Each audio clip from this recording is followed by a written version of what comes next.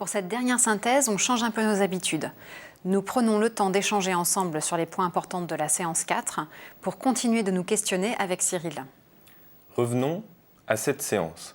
Elle nous a permis de définir la coopération comme un élément essentiel pour créer ensemble et une manière de répondre aux défis actuels.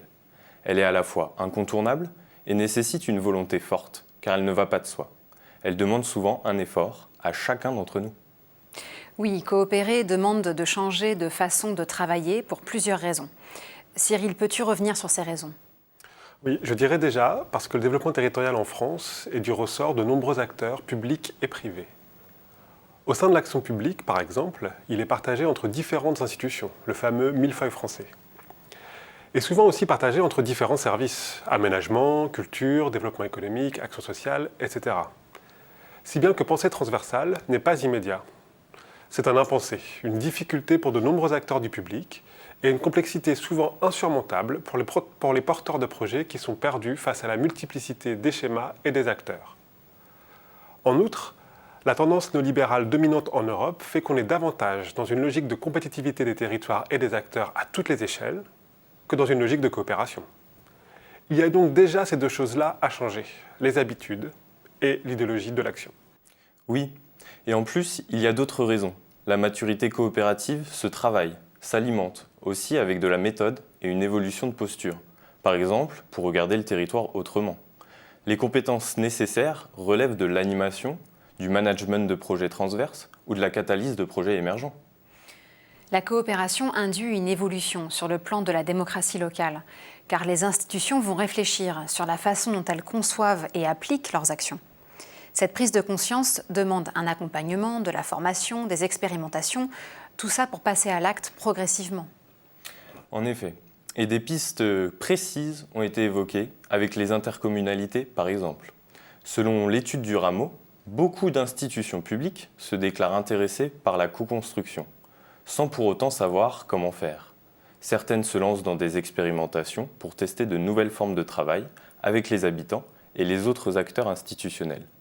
Qu'en penses-tu, Cyril ? Moi, j'ajouterais que positionner la coopération comme pilier principal d'un développement plus soutenable et plus juste, c'est une idéologie. Et c'est une idéologie parmi d'autres.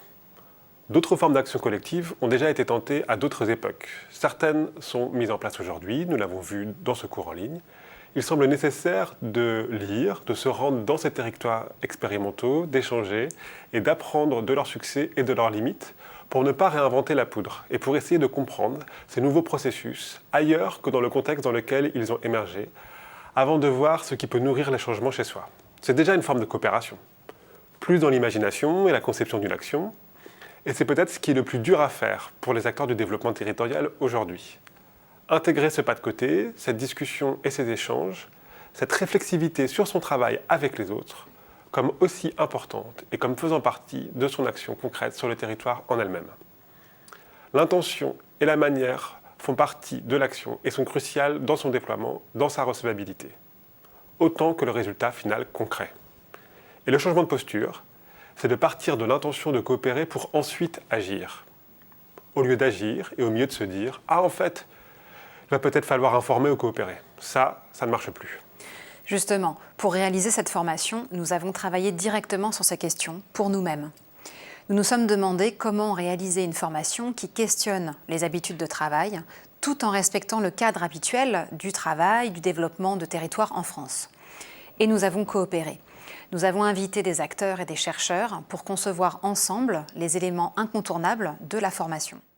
Oui, et notre parti pris s'est porté sur la coopération, car le contexte institutionnel en mouvement semble nécessiter de nouveaux repères de travail. La coopération avec les acteurs est une des réponses en termes de méthodologie, de posture et d'outils. Surtout que les missions des développeurs territoriaux sont en évolution. Cela engendre des méthodes plus transversales, dans une dynamique ascendante qui associe aussi les acteurs non institutionnels pour imaginer les territoires de demain. Cette formation est vue comme une photographie de moments choisis qui donne à voir des points d'appui pour demain, sans oublier les habitants. En effet, et ces réflexions ne s'arrêtent pas là. Il appartient à chacun de continuer de s'interroger et d'expérimenter de nouveaux modes de faire et de penser. Merci d'avoir suivi cette formation en ligne et rendez-vous sur vos territoires.